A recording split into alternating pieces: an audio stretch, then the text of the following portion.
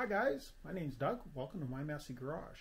In this week's video we're going to be continuing working on the Harbor Freight style blasting cabinet. Since the last video I've made a little bit of progress.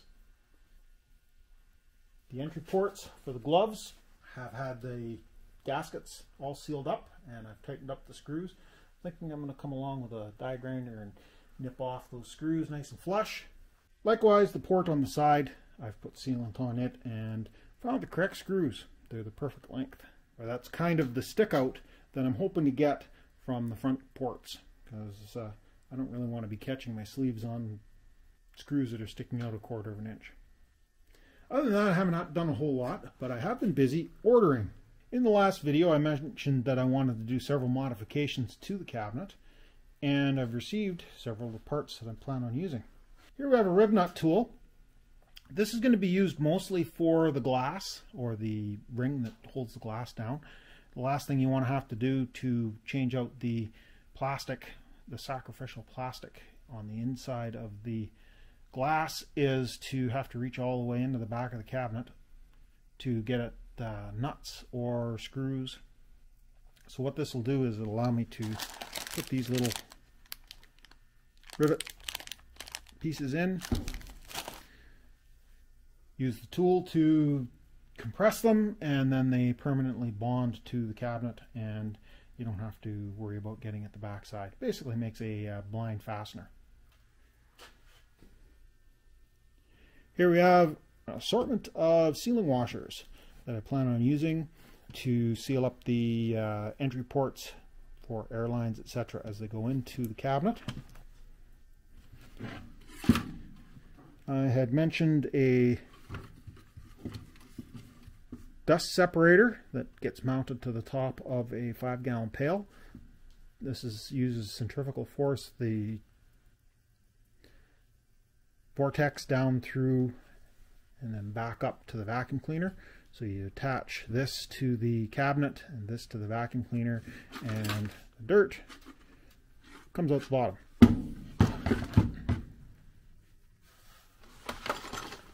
Well, I do have an air pressure regulator up on the wall for my air compressor. Having one mounted right to the front of the cabinet certainly will be nice. Makes it much easier to make adjustments.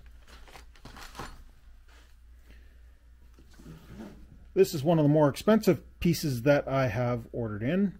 It's a replacement gun with a foot trigger. Got it from the Eastwood Company, and the idea here is that you can control the flow of sand with your foot rather than having to worry about a trigger. Makes it much easier and easier on the hands. And over here I have the bin. Unfortunately, this piece hasn't arrived yet, but I will be drilling a hole in the middle of this and putting a metering valve on the bottom here that will allow me to remove the sand material out the bottom through a pipe plug, or the siphon hose for the gun will get attached to the metering valve. So my plan is to take and break these into small, simple little videos, 4 or 5 minute long videos, showing the installation of these pieces one at a time. Makes it easier for you guys to find content in a playlist. Follow along with today's video. My plan is to get the Rivnut tool working and install Rivnuts in the top cover. So what we have here is a Rivnut. Rivnut is a metal rivet, essentially, with threads down the middle instead of a standard mandrel. And you can see there's splines along here. The idea is we'll drill these holes out so that they'll take this size of Rivnut, and then use the special puller that compresses so that this knurling catches on the sheet metal. So here we have the bezel. This retains the glass. You can see the glass is still in its protective packaging inside the box. What we have is a screw that is supposed to go down through the front. Line up the hole. There we go. And then we're supposed to have a nut and washer that go on the inside to hold that in place. And while that's not terribly difficult to do right here with no glass installed, you can imagine how much fun that would be, having to reach all the way in to this far side from the door used for loading and unloading the glass cabinet. So here we have the riveting tool. This threaded stud is the same size as the M4 bolts that we'll be using to retain the glass retaining ring. And you'll notice that when I pull on the handles, it pulls the threaded piece back into the body, which will compress the riv nut. This unit is capable of doing several different sizes of riv nuts. The kit comes, I don't know, about 10 different sizes. To change them, just pull back on this ring and the mandrel on threads, thread in the new one. Line it back up, and there we go. Put that in, and of course there is the appropriate sized cap. Has to be threaded in here. And we can also set our thread depth using the knob. First things first though, the holes that are in the top of this cabinet are not designed for a riv nut. They are designed for an M4 bolt. So we're going to need to drill these out. Let me figure out what drill bit we need, and then I will bring you back and we'll punch some holes. There we are, we get the first one drilled, cleaned up the hole, and fits nice and snug in there. It should pull quite nicely. So let me go along and drill out the rest of these and clean the holes up.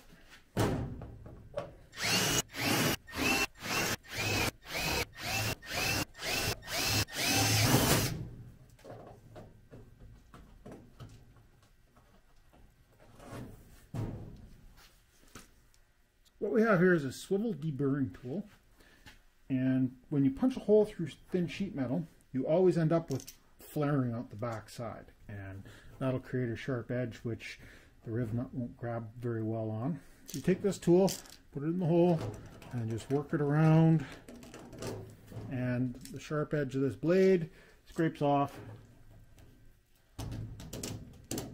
the sharp edge. Now, one thing you want to be careful of with this is, as you can see when I'm doing these holes, there's a little bit of a sliver of steel coming out of there. It will enlarge the hole and make it so that your fasteners don't fit tightly. So use it sparingly. Here we have the riv nut on the nose of the piece. We stick it into the hole, down flush against the surface, and we can't pull it out. Easy to install. And here's the back side. You can kind of see how it is compressed back against the sheet metal.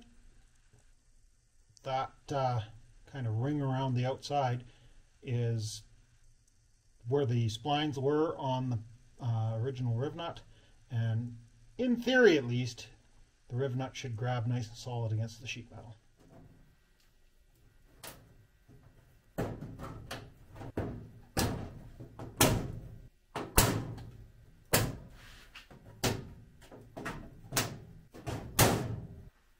Now you may have noticed that I've got two empty holes. Unfortunately, the kit that I bought didn't come with quite enough riv nuts to do the whole thing. I will, of course, order some more in, get those at a later date. But where I put the riv nuts should work best. And if we have a little bit of air leakage around these top corners, I don't think it's going to be the end of the world. So there we are. All of the riv nuts that I can put in today are installed. I'm not going to put the glass in because I don't want to risk getting it broken.